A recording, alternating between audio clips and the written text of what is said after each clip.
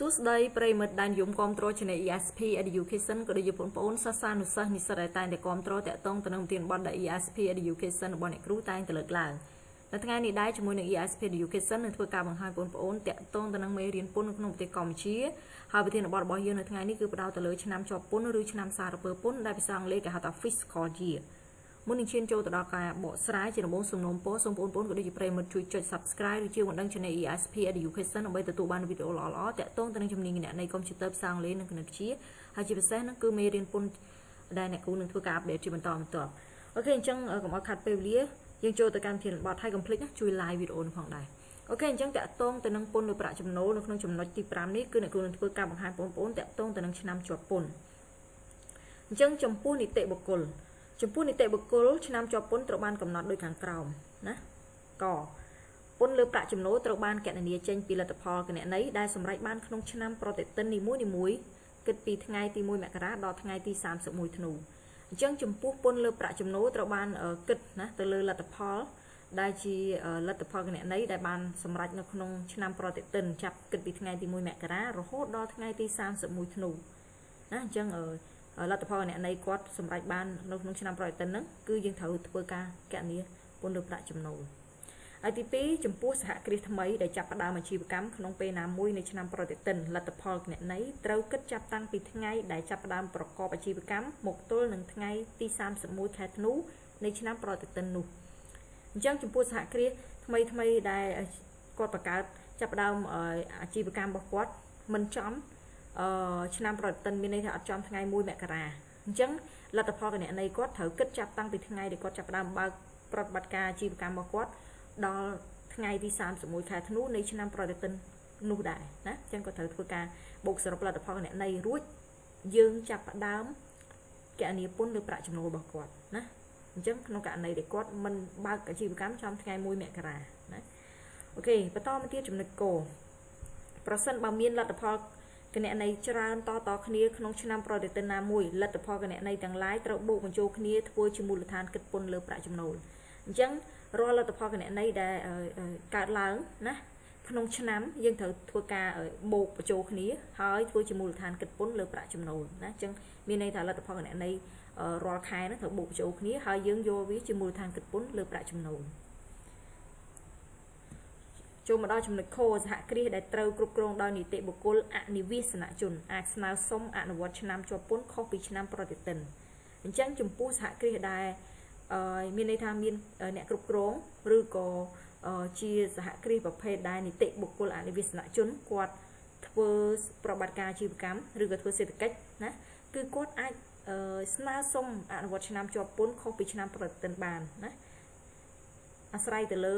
ឆ្នាំប្រតិទិនរបស់គាត់ឧទាហរណ៍ថាគាត់ជាក្រុមហ៊ុនបរទេសអញ្ចឹងគាត់មកធ្វើហើយដល់ពេលស្រុកគាត់គឺតម្រូវឲ្យបិទឆ្នាំប្រតិទិនប៉ុណ្នេះអញ្ចឹងគាត់អាចស្នើមករដ្ឋបាលសារពើពន្ធខាងប្រទេសកម្ពុជាយើងពីព្រោះអីគាត់ដាក់មានន័យគាត់បោះទីតាំងធ្វើអាជីវកម្មសេដ្ឋកិច្ចនៅក្នុងប្រទេសកម្ពុជាយើងណាអញ្ចឹងគាត់ស្នើសុំឆ្នាំជាប់ពន្ធខុសពីឆ្នាំប្រតិទិនដោយមិនមែនយក1មករារហូតដល់31ធ្នូទេណាគឺថ្ងៃណាមួយអញ្ចឹងទៅអូខេបន្តមកទៀតចូលដល់ចំណុចងចំពោះសហគ្រាសដែលផ្អាកឬបញ្ឈប់សកម្មភាពអាជីវកម្មវិញ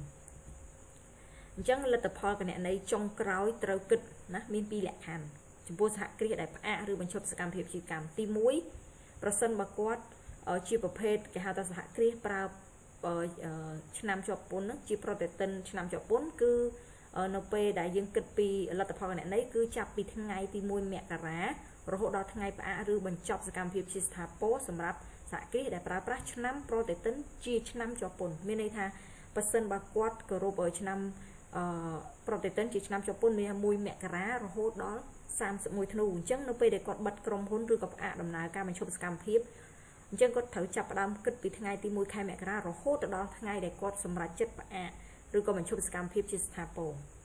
ហើយចំណុចទី2គឺលទ្ធផលគណនេយ្យចុងក្រោយត្រូវចាប់ផ្ដើមគិតពីឆ្នាំជាប់ពន្ធចរន្តហ្នឹងក្នុងករណីគាត់ជាប្រភេទ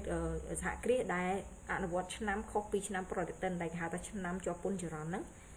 រហូតដល់ថ្ងៃផ្អាកឬក៏បញ្ឈប់សកម្មភាពជាស្ថាពរសម្រាប់សហគ្រាសដែលស្នើសុំអនុវត្តឆ្នាំជាប់ពន្ធខុសពីឆ្នាំប្រតិទិន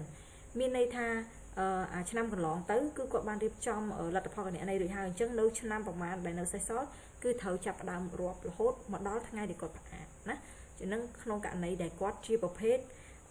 គេហៅថាសហគ្រាសដែលស្នើសុំឆ្នាំ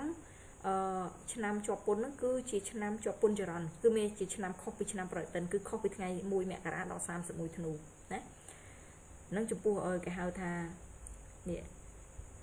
ហៅសហគ្រាសដែលគ្រប់គ្រងដោយនីតិបុគ្គលអនិវាសនជនណាជាទូទៅគឺប្រភេទនីតិបុគ្គលអនិវាសនជនទៅមានណាគាត់អាចស្នើសុំអូខេបន្តមកទៀតអញ្ចឹងតកតងទៅនឹងចំណុចចុងក្រោយគឺផ្ដោតទៅលើរូបវ័ន្តបុគ្គលចំពោះរូបវ័ន្តបុគ្គលចំពោះរូបវ័ន្តបុគ្គលលទ្ធផលពន្ធលើប្រាក់ចំណូលត្រូវបានគណនាចេញពីប្រាក់ចំណូលសរុបដែលសម្រេចបានក្នុងឆ្នាំប្រតិទិននីមួយៗណាអញ្ចឹង